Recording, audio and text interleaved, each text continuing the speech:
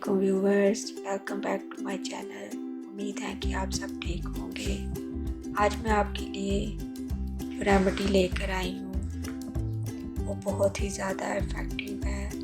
आज मैं आपको एक स्क्रब बनाना सिखाऊंगी जो स्किन की हर प्रॉब्लम को सॉल्व करेगी और आपकी स्किन को फेयर बनाएगी। तो गाइस शुरू करते हैं आज की रेमेडी। सबसे पहले एक एम्प्टी बाउल ले लें।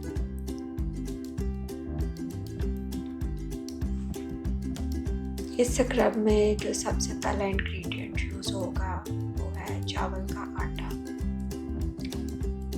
मैंने सिंपल चावल लेके उसको ग्राइंडर में ग्राइंड करके उसका आटा बना लिया। तो हम गाइस यहाँ पे लेंगे 2 चम्मच चावल का आटा। चावल का आटा स्किन के लिए बहुत बेनिफिशियल होता है और ये स्किन के जो पोर्स होते हैं उनको अंदर से क्लींस करने में मदद देता है। अब दूसरा इंग्रेडिएंट जो हम इसमें इस्तेमाल करेंगे वो है ऑरेंज का जूस। गाइस सर्दियाँ हैं, आपको आराम से ऑरेंज मिल जाएगा और आप उसका जूस निकाल लें। ऑरेंज जूस में विटामिन सी बहुत ज़्यादा भरपूर मकदार में पाया जाता है और ये स्किन की डलनेस को दूर करता है और रिंकल को ख़त्म करता है। अब लास्ट इंग्रेडिएंट जो हम इसमें ऐड करेंगे वो है अरके गुलाब।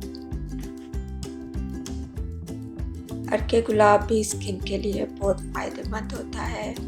ये स्किन के पीएच बैलेंस को मेंटेन करता है और स्किन की जो एजिंग होती है उसको भी रिपेयर करता है और स्किन को हाइड्रेट करता है और स्मूथ बनाता है।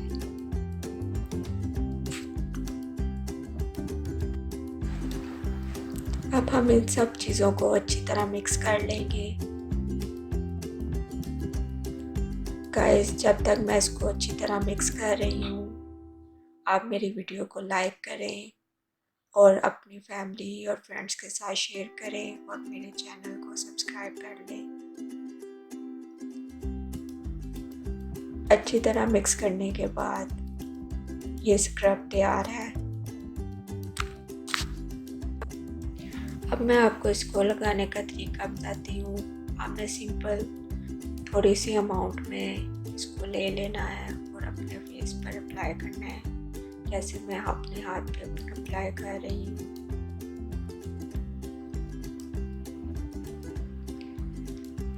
गाइस आप इसको अपने हैंड्स पे भी अप्लाई कर सकते हैं और फेस पे भी।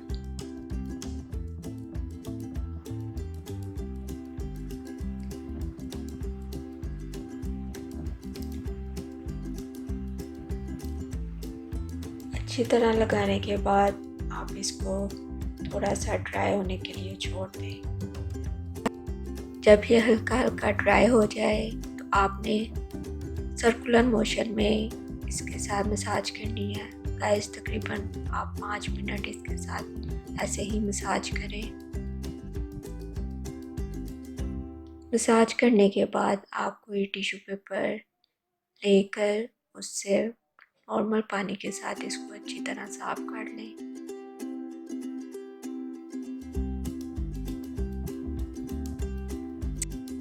आप देख सकते हैं गाइस मेरे हाथ कितना फेयर हो चुका है। अगर आपको मेरी ये वीडियो पसंद आई हो तो प्लीज़ इसको ज़्यादा से ज़्यादा शेयर करें। तब तक के लिए इजाज़त चाहती हूँ। अल्लाह हाफिज़।